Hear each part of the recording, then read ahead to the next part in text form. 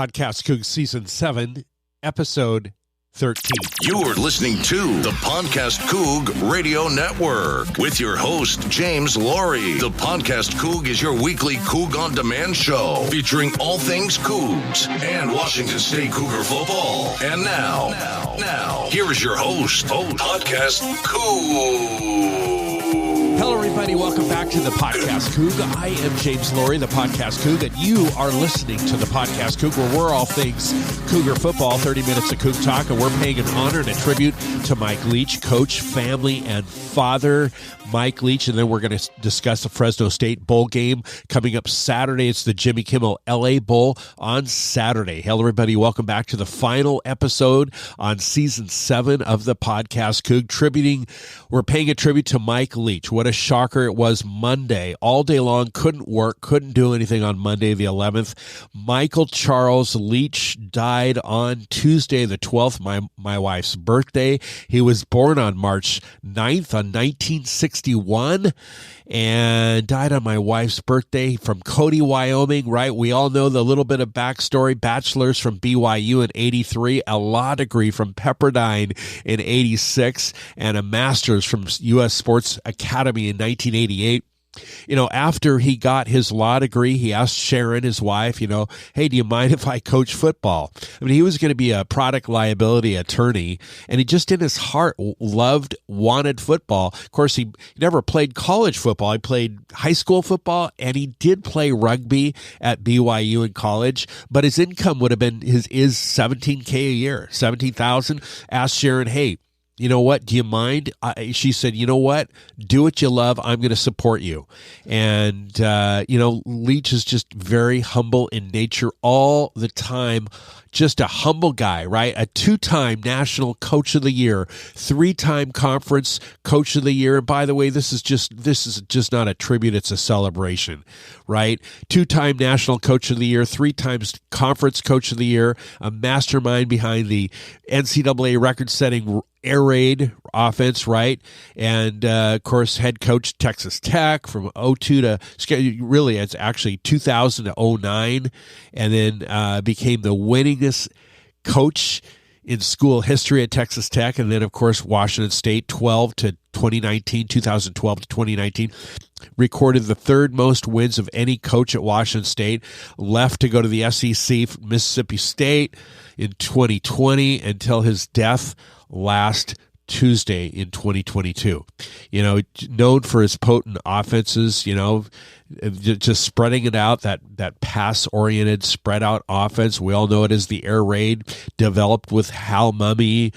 And, when Leach was the offensive coordinator at Iowa Wesleyan, and then Valdosta State, and then Kentucky in the 1990s, his offenses with Mumme, later head coach, broken many, many records, NCAA records. Speaking about records, we're talking about the NCAA Hall of Fame, College Hall of Fame.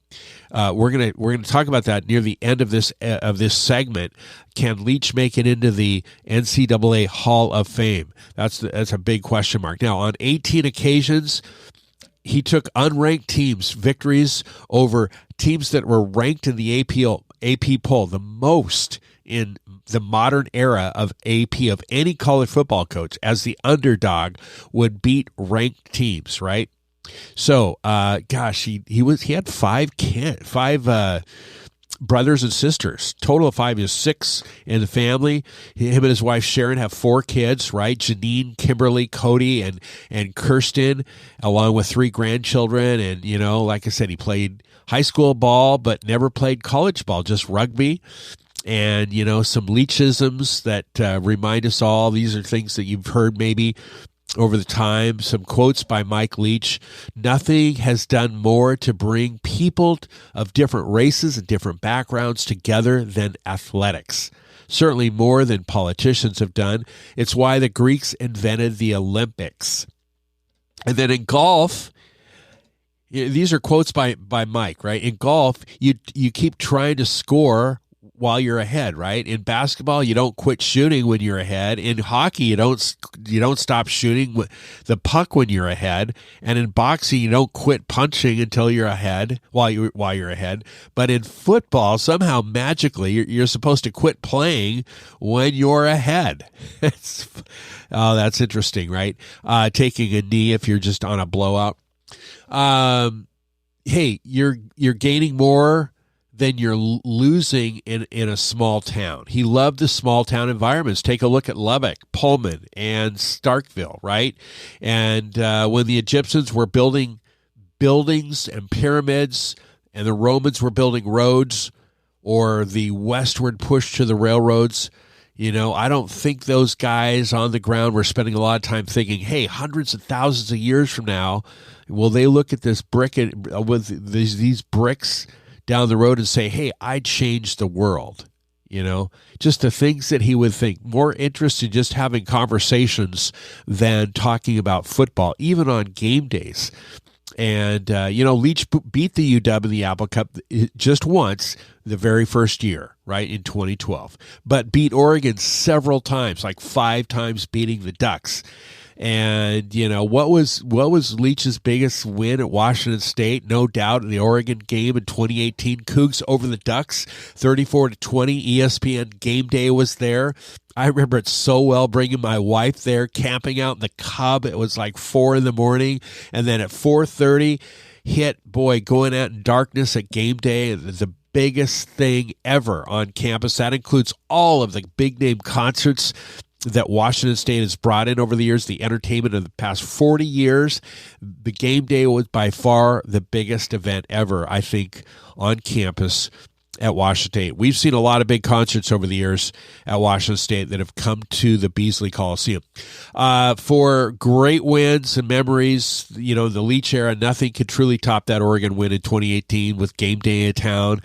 And, just put on an amazing show, national spotlight, 11-win season, never before done at Washington State, ever.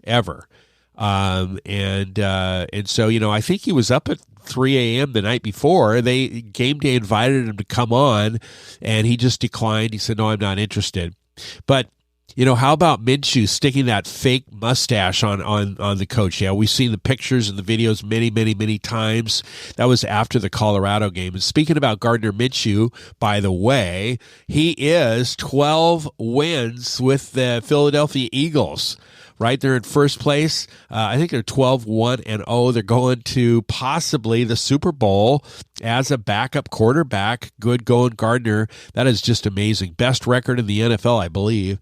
And I don't really follow the NFL. I'm just not an NFL guy, but good going for Gardner. Speaking about memories with Leach, that belly flop in the pool down at Lewiston.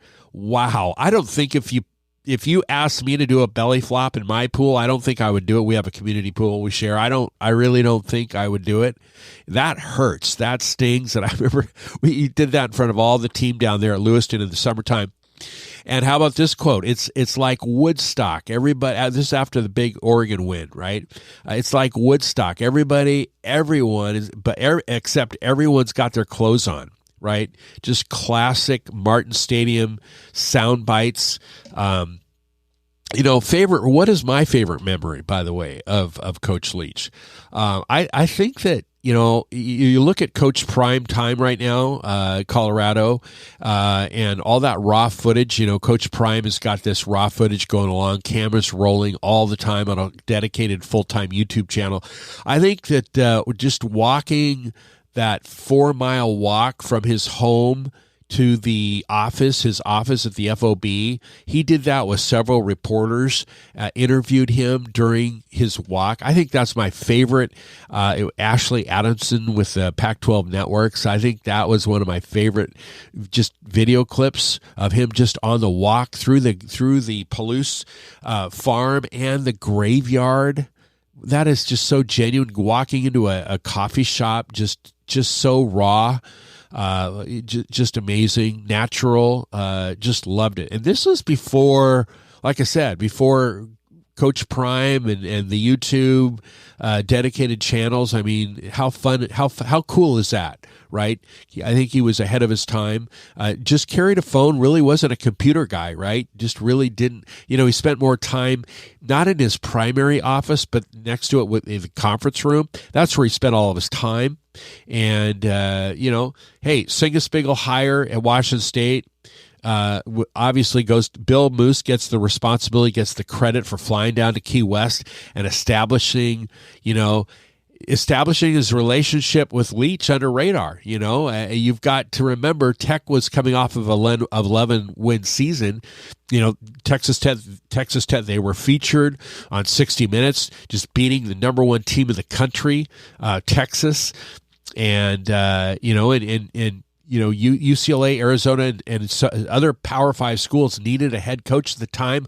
Moose was that guy, beat others to the punch, went under the radar, and it's great. Granted, Pullman is and was the perfect fit, right? Just like Lubbock, just like Starkville. Remember, Leach grew up in Cody, Wyoming, small town, appealed to him a lot more than Los Angeles, right? So we're going to listen to a couple of sound bites, and here we go. From Bill Moose. Mike Leach loved Washington State. He loved the community. He loved the university. He was a great Cougar, regardless of whether he was the coach or not. He genuinely loved that place, and he did great things there. And gosh, I miss him. I'm so pleased that I had a chance to be a great friend, and we worked together. But Cougar football is today because of a succession of a lot of good coaches who love that place, and Mike Leach is certainly one of them. Yeah, Bill Moose gets total credit for really bringing Mike on board, flying down under the radar, and initiating that relationship, and bringing Mike in a contract. If you look about it, what's interesting: 7 straight bowls. Okay, excluding the COVID year, 7 straight bowls for Washington State. The foundation has been made, and for Dickert to continue to succeed, right? And none of this would have been possible if it wasn't for Bill Moose flying down to Key West and bringing in Coach Mike Leach. When Bill came to town, we agreed to meet, and he was going to go to a hotel. And then I find out the day before it's at the top of the island. I live at the bottom of the island. So bright and early in the morning, I saddled up on my bike, and I pedaled 4 miles, and despite that, I guess not too much perspiration, and he went ahead and hired me anyway. Why Washington State? And once I get past in the back of my mind thinking, well, that's a stupid question, then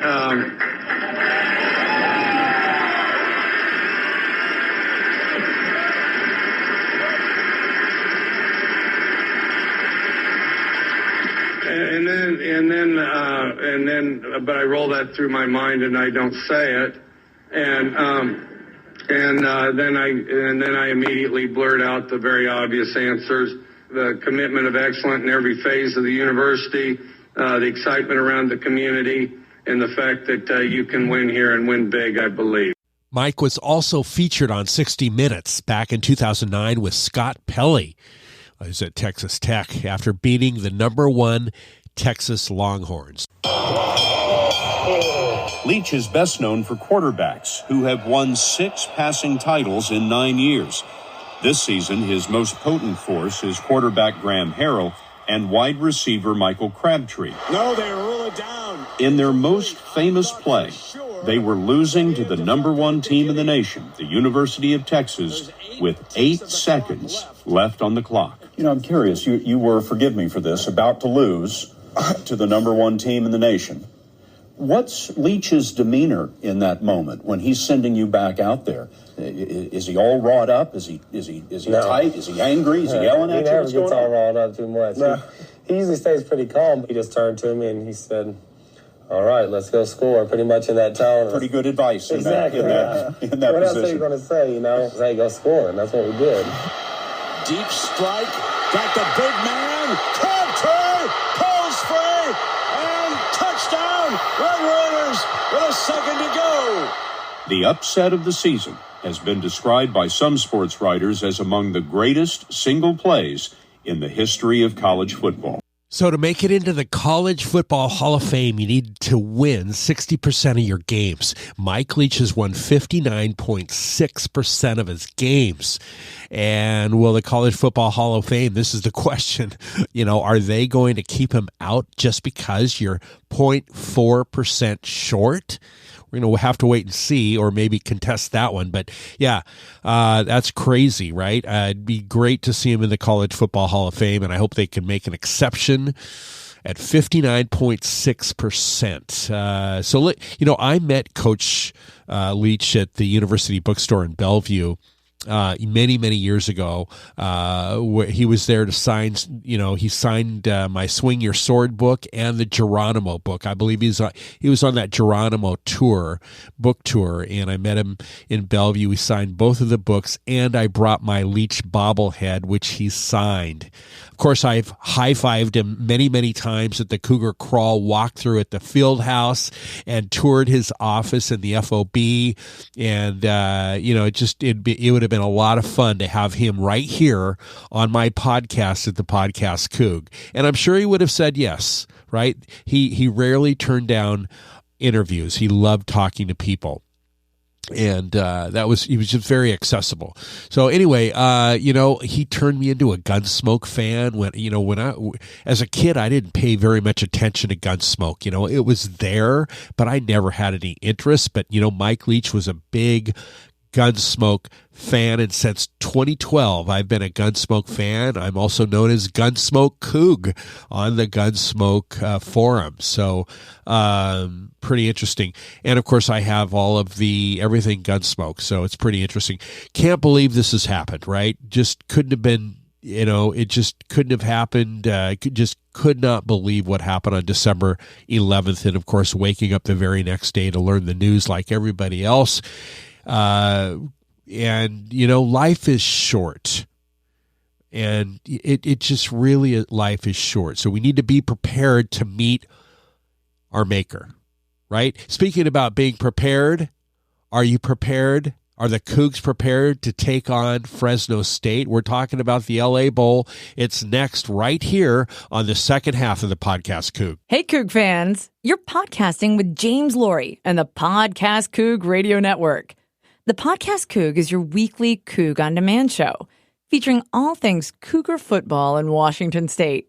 To help you get through the week, hit the subscribe button or check us out on iTunes, the App Store, iOS, Google Play, Stitcher, or at PodcastCoug.com. The real estate agent you work with matters, and a great agent helps you own the home of your dreams. And your dreams come true with James Laurie at Coldwell Banker Bain, representing clients like you 24/7, from condos to colonials and everything in between. If you're selling, buying, need a price analysis, or just a contractor referral, ask James, winner of the 2015 through 2019 International Coldwell Banker Diamond Award, with dozens and dozens of 5-star Zillow reviews and Seattle Magazine's 5-star award winner for 2018 through 2020. James Laurie, Coldwell Banker Bain, at 425-466-3672 or jameslaurie.net.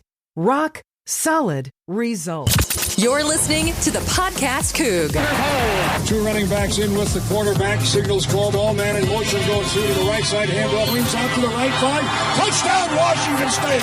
You are listening to the Podcast Coug. Welcome back to the second half of the Podcast Coug. I am James Laurie, the Podcast Coug, where we're all things Cougar football, all things Cougs, and it's the LA Bowl. First of all, we were losing to the Huskies again in the Apple Cup, 51-33.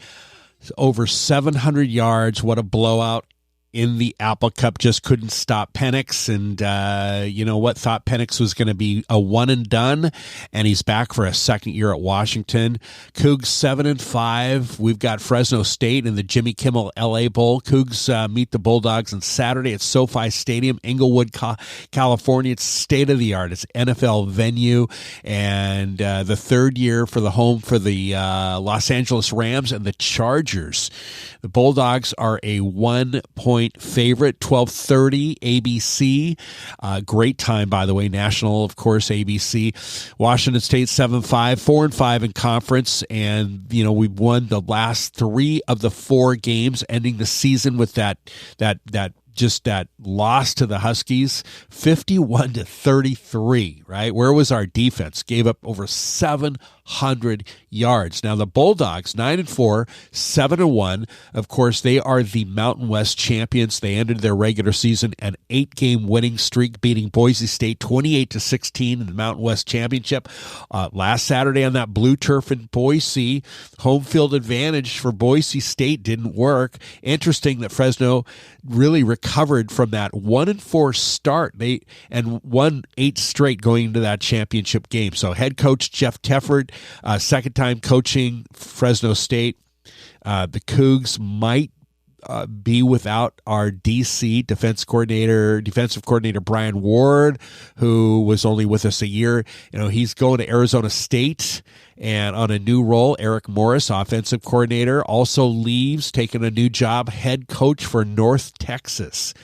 And we don't know if right now, as today, we don't know if Eric Morris is going to be for our bowl game at the LA Bowl. Cam Ward is a little stunned by that, very stunned. You know, that was his coach, right, at Incarnate Word, that Morris is leaving. And but you know what? Fresno is going to be a big challenge. Of course, Jake Haener, the number one of the nation's top quarterbacks. Haener threw for 2,600 yards, 18 TDs, and he's got a completion rate of 73%. Only 3 interceptions. The guy is amazing, right? Very efficient quarterback, and he played really well against Boise State, a top defensive team nationally, and guided to 2 scoring drives in the fourth quarter. Fresno State, that big win over Boise State, guaranteed the Bulldogs in the spot in the LA Bowl, and Haener sustained. He really came through an injury early season, September 17th, and he missed 4 games, right? The Bulldogs, like I said, they started the season 1-4, and then they just 8 in a row, won 8 in a row, and then winning the Mountain West championship. I mean, can you imagine if you're 1-4 and somebody going to say, you know what, you are going to win the Mountain West Conference Championship? Nobody would have believed you, but they believed in themselves. He obviously got better. He's back. And Tedford, man, Jeff Tedford, he coached from 2017 to 2019, and then he retired, and then he came back this year. Now, Fresno has lost to 2 Pac-12 teams, Oregon State and USC, and and UConn as well. So they won 8 in a row, and that final score in Boise, 28-16. The Cougs and Fresno State have only played 4 times in the history. We've got a 3-1 advantage. It started back in '87 and went through '94. The time 4 games we played. And we haven't even played since '94. It's been a while, right? Fresno State is 14-14 in all their bowl games, and they've got a 3-game winning streak in their bowl games. The Bulldogs, they top the Mountain West, and they're number 1 in offense in the Mountain West at 30 points a game. And the Cougs led the scoring defense for the first 5 weeks. Before our Apple Cup meltdown. So, hey, Deion Henley, as you know, won't be playing. He'll be on the sidelines. It's understandable. There's a controversy here about, is Henley quitting? Does he quit on his team when he says, you know what, I'm not going to play in the bowl, right? But no, he's going to be on the sidelines with Coach Dickert. And, and you got to think about this. Deion Henley's probably going to be a top 10, top 15, top 20 pick, right? A first round in the NFL draft. Maybe a second round, but maybe a first round, right? Potentially, he has the potential of earning $15 to $35 million. Good contract. If he were to get injured on Saturday, right down in Inglewood, it's almost game over for that. So, I kind of don't blame him, right? It's almost guaranteed. It's not like he's quitting on his team. He's guaranteeing the fact that he's going to be employed in the NFL, right? And so, there's no guarantees in this life, right? But there are people that feel that he's quitting on his team. How can you be a leader and quit on your team and not play in your bowl game? Look what happened to Max Borghi, right? But and Max didn't really work out very well for Max. I think Deion is a different deal. He's proved himself very well. One and done year with the Cougs, but you look at Chun and Dickert and President Schultz. I think everybody understands a Coug Nation that he's not burning bridges. Look at the Rippons and the Bledsoes and the Abe Lucases. They're all, including Henley. Someday he's going to help out WSU athletics, financially, donations, financially, recruiting, just helping out. So I think this coaching on the sidelines is fine. We know that he's a Coug. We know he loves the team, and he's not quitting. He's just staying healthy. So big advantage, by the way, Texas and Alabama uses their former college players, alumni, after the NFL to donate back to the university. So it's a smart thing to do, right? So sitting out in bowl games is just something that we have to deal with, and we have to deal with this transfer portal, all the transfers coming and going, which is really a bigger problem today, right? So, we want Henley to be the best at drafting on that upper round. So, anyway, we've got also Brown and Magoya sitting out or out of the game. So we are subject to not having a full strength on Saturday. Borghi, as you know, sat out last year, and he didn't realize that he probably made that mistake. He should have, could have, right? But anyway, back to Hader. He was named MVP last Saturday, 17 of 27 passes, 184 yards, and a touchdown. And, Tedford led Fresno State to 26 wins over his 3 seasons from 2017 to 2019. He stepped down for health reasons. Kalen DeBauer came in, took over, guided the Bulldogs to a 10-win season in 2021. And, that, of course, earned him the coaching job, head coaching job at Washington, right? So shortly after DeBauer left for Seattle, the Bulldogs rehired Tedford, his second stint. And they got off on that rocky start, but Fresno State indeed recovered, and no doubt it's one of the hottest teams in the country. They've lost 4 consecutive games. Like we said, they were 1-4, and they got that win over Cal Poly, but Oregon State, USC they lost, but then USC just boat raced them. So we talked about Hader went down with that injury against the Trojans, but he's healthy, and they are going to be a big threat, a very big threat on Saturday. Now, the team's going to be at Universal Studios, of course, doing their thing with the touring of Universal, and they're going to see a taping of the Jimmy Kimmel Live show down in L.A. The coaches are business as usual. They're not enjoying any of that fun stuff. They're out recruiting.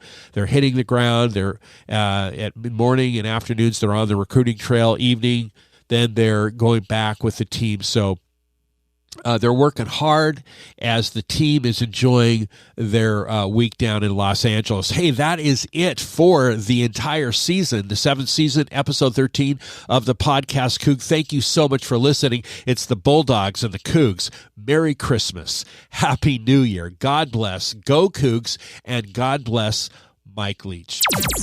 You've been listening to the Podcast Coug with your host, James Laurie. The Podcast Coug is your weekly Coug on Demand show featuring all things Cougs and Washington State Cougar football. This has been a presentation of the Podcast Coug Radio Network. Find us at podcastcoug.com.